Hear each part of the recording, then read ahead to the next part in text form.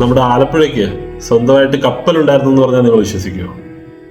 കടൽപ്പാലവും light ഹൗസും ഒക്കെ ഉള്ള ആലപ്പുഴയ്ക്ക് സ്വന്തമായിട്ട് തുറമുഖം ഉണ്ടായിരുന്നു, കപ്പലും ഉണ്ടായിരുന്നു. ഈ അടുത്തിടയ്ക്ക് മെറ്റ്ഗാലയിൽ ഷാരൂഖ് ഖാനും റിഹാനയും കിയാര അദ്വാനിയൊക്കെ അണിനിരന്നപ്പോൾ അവിടെ വിരിച്ചത് ആലപ്പുഴയിൽ ഉണ്ടാക്കിയ കൊയർ പരവതാനിയാണെന്ന് നമ്മളൊക്കെ അറിഞ്ഞായിരുന്നു.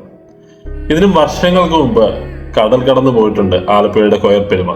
1842 പിന്നീട് ബ്രിട്ടീഷ് രാജാവായ എഡ്വേർഡ് ഏഴാമന്റെ മാമോദിസ ചടങ്ങ് അങ്ങ് വിൻസോർ കാസിലിൽ വെച്ച് അവിടുത്തെ സെന്റ് ജോർജ് ചാപ്പലിൽ നടക്കുകയാണ്.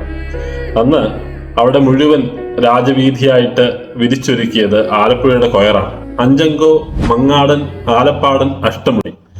ആലപ്പുഴയിൽ നിന്നും കടൽ കടന്നുപോയി പെരുമ പെറ്റ കൊയർത്തരങ്ങളുടെ പേരാണ് ഇവ. കടൽ കടന്നു പോയപ്പോൾ ആലപ്പുഴയുടെ തീരത്തേക്ക് വിദേശങ്ങളിൽ നിന്നെല്ലാം കപ്പലുകൾ വന്ന് നങ്കൂരമിട്ട് കിടന്നു.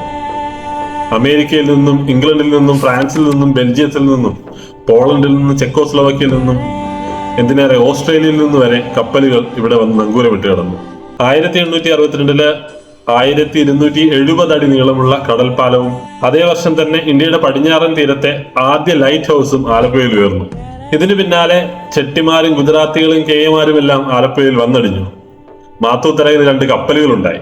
ഒരു സമയത്ത് ഇന്ത്യയിലെ വെളിച്ചെണ്ണ വ്യാപാരത്തിന്റെ കുത്തക പോലും ആലപ്പുഴയ്ക്കായിരുന്നു. ആലപ്പുഴയിലെ ചുങ്കത്തായിരുന്നു വെളിച്ചെണ്ണ വ്യാപാരം പൊടിപൊടിച്ചത്. ശീതീകരിക്കാനുള്ള സംവിധാനങ്ങൾ കുറവായിരുന്ന ആ കാലഘട്ടത്തില് ചെമ്മീനും സ്രാവുമെല്ലാം പൊടിച്ചെടുത്ത് പൗഡറാക്കി പ്രോസസ്ഡ് ഫുഡാക്കി ആലപ്പുഴക്കാർ കയറ്റി അയച്ചു. ഇന്ന് അതെല്ലാം ഇങ്ങനെ പറഞ്ഞിരിക്കാൻ പറ്റുന്ന ഗതകാല സ്മരണകൾ മാത്രമാണ്.